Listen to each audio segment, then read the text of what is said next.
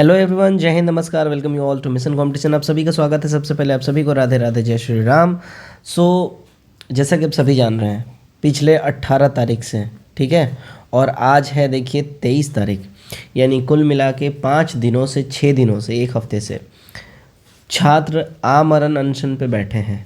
धरना प्रदर्शन हो रहा है और बिल्कुल ही शांतिपूर्ण तरीके से हो रहा है, बिल्कुल बापू के सिद्धांतों के अनुसार। अब इस आमरण अनशन में 7 ऐसे छात्र हैं जो कि मतलब वो आमरण अनशन पे बैठे हुए हैं कि भाई या तो डिमांड मान लीजिए, नहीं तो हम लोग भूखे मर जाएंगे। और ये काफ़ी संवेदनशील है। मतलब कोई भी सरकार, कोई भी आयोग इतना निष्ठुर नहीं हो सकता है, इतना मतलब असंवेदनशील नहीं हो सकता है कि वो छात्रों के तकलीफ़ को ना देखें।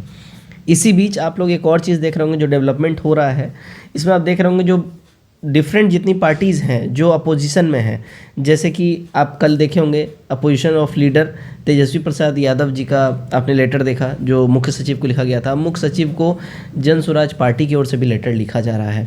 और ये जो है बहुत इम्पॉर्टेंट बन जाता है कि जब अपोजिशन एक सुर में इकट्ठे किसी एक टॉपिक के ऊपर जब आवाज़ उठाती है तो ये टॉपिक काफ़ी ह्यूज बन जाता है।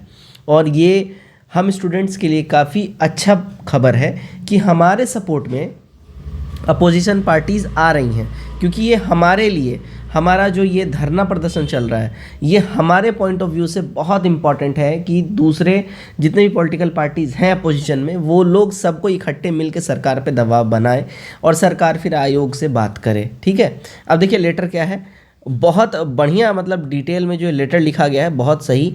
देखिए जन स्वराज पार्टी के द्वारा, और आज का अब कल ही ये लेटर लिखा गया था 22 तारीख को ही, ठीक है। और कल ही आप तेजस्वी प्रसाद यादव जी का भी लेटर देखे होंगे, ठीक है। सेवा में मुख्य सचिव बिहार सरकार, ठीक है। विषय दिनांक 13/12 को हुई 17वीं बीपीएससी प्रारंभिक परीक्षा को रद्द करने और पुनः परीक्षा की याचिका के संबंध में है।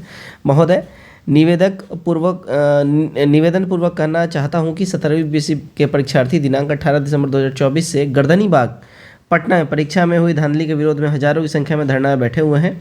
दिनांक 20 दिसंबर 2024 से 7 परीक्षार्थी, ठीक है, आमरण अनशन पर बैठे हुए हैं, जो असंवेदनशील है, ठीक है, माफ़ करिएगा, अति संवेदनशील है।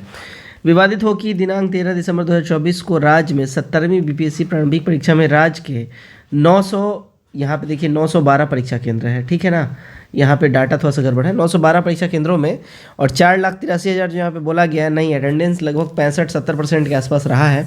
तो रफली 3.5 लाख आप मान लीजिए, 3.5 लाख छात्रों ने भाग लिया है। परीक्षा के संचालन में घोर अनियमितता बरतने की बात सामने आई है।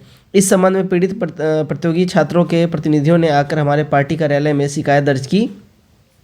पार्टी ने अपनी ओर से 3 सदस्य, श्री किशोर कुमार महासचिव, प्रोफेसर डॉक्टर कुमार शांतनु सचिव और श्री आनंद मिश्रा युवा अध्यक्ष, धरना स्थल पर भेजे गया और जहां उन्होंने पीड़ित अभ्यर्थियों की बात सुनी और पार्टी के समक्ष आकर निम्न बातें उन्होंने बताई।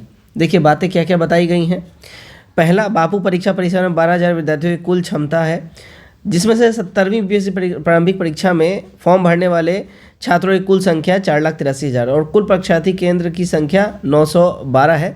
तो एक केंद्र पर औसतन 529 छात्र बैठते हैं। अतः बापू परीक्षा परिसर में 23 केंद्रों के बराबर केवल इस केंद्रों परीक्षा रद्द करना बाकी 911 केंद्रों में परीक्षा के लिए अनुचित होगा, नहीं होता है, यहाँ पे ये बोला गया है। अब सेकंड यहाँ पे देखिएगा, सेकंड पॉइंट क्या बोला गया है। सेकंड पॉइंट में बोला गया है, पुनः परीक्षा के लिए अलग प्रश्न पत्र बनाना और 12,000 छात्रों को अन्य 4,61,000 छात्रों से अलग मानक पर आकलन अनुचित होगा। अतः एक समान और पारदर्शी चयन प्रक्रिया सुनिश्चित करने के लिए सभी परीक्षा केंद्रों पर एक ही परीक्षा होनी चाहिए।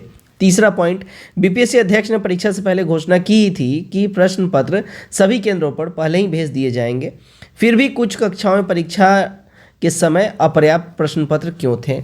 चौथा पॉइंट, छात्रों का आरोप है कि प्रश्न पत्र बिना सील के थे और यूट्यूब पर उपलब्ध वीडियो में भी इस दावे का समर्थन करते हैं। यह परीक्षा संचालन में गंभीर लापरवाही दर्शाता है। पांचवा पॉइंट, परीक्षा से 2 दिन पहले 10/12/2024 को लगभग 5,000 छात्रों के परीक्षा केंद्र को गया से नवादा स्थानांतरित कर दिया गया। यह बीपीएससी की ओर से भारी लापरवाही को दर्शाता है। छठा, गया के केंद्र में छात्रों का दावा है कि प्रश्न पत्र के उत्तर घोषित किए जा रहे थे। यहाँ जांच का विषय है, जो कि अभी तक जांच हुई नहीं है आयोग की ओर से। 7वां, BDM public school Maner Patna में छात्रों के अनुसार प्रश्न पत्र 12:10 पर दिया गया और वह भी बिना सील का था। 8वें नंबर पर देखिए, कई केंद्रों पर जैमर सही ढंग से काम नहीं कर रहे थे, बायोमेट्रिक सत्यापन नहीं हुआ है और परीक्षा संचालन में कई अन्य खामियों का भी यहाँ पे कंप्लेन किया गया है। अब यहाँ पे देखिएगा, क्लियरली बोला जा रहा है, उपरोक्त बिंदु से स्पष्ट दिखता है कि बीपीएससी 17वीं प्रारंभिक परीक्षा का संचालन गंभीर अनियमितताओं और भ्रष्टाचार से भरा हुआ है और कुछ भी महत्वपूर्ण बिंदु है जिनके तरफ आपका ध्यान आकर्षित करना चाहता हूं। पहला देखिए, नियमानुसार 1000 से 1200 परीक्षार्थी पर एक पर्यवेक्षक की नियुक्ति होती है, मगर बाबू परीक्षा परिसर पर नियमों की धज्जियां उड़ाते हुए लगभग 12000 परीक्षार्थियों पर सिर्फ एक पर्यवेक्षक नियुक्त हुए थे। दूसरा, बीपीएससी चेयरमैन ने परीक्षार्थियों को अपराधी एवं उपद्रवी की संज्ञा दी, जबकि वे शांतिपूर्ण अपनी मांग रख रहे थे।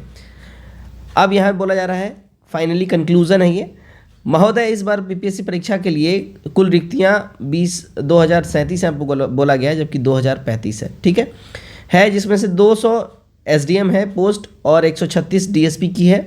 लेकिन मुझे बताने में यह खेद महसूस हो रहा है, जब भी इस तरह के महत्वपूर्ण रिक्तियाँ ज़्यादा तादाद में होती हैं तो हर उस साल इस तरह की अनियमितताओं का घटना जो है बढ़ जाता है और इसका कारण सबको ज्ञात है कि कुछ चुनिंदा रसूखदार लोग धन बल और राजनीतिक पहुंच का उपयोग कर आपस में तालमेल बैठाकर इन रिक्तियों में भर्तियों में ये धांधलियाँ करते हैं, खिलवाड़ करते हैं, ठीक है।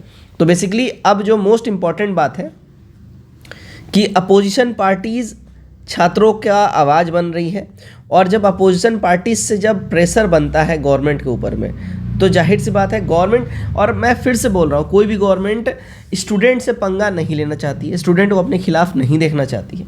और अब ये सिनारियो देख के ऐसा फील हो रहा है कि गवर्नमेंट अब पॉजिटिव कुछ ले सकती है, क्योंकि पहले सिर्फ कोई एक पार्टी की दौर से आवाज़ उठाया जा रहा था, लेकिन अब प्रॉपर 2-3 पार्टियों की ओर से जब आवाज़ उठाई जाएंगी तो जाहिर सी बात है गवर्नमेंट पे ज़्यादा प्रेशर बनेगा और गवर्नमेंट इस संबंध में फिर आयोग से बात करेगी और आयोग को फिर छात्र पक्ष में कुछ सोचना तो जरूर पड़ेगा।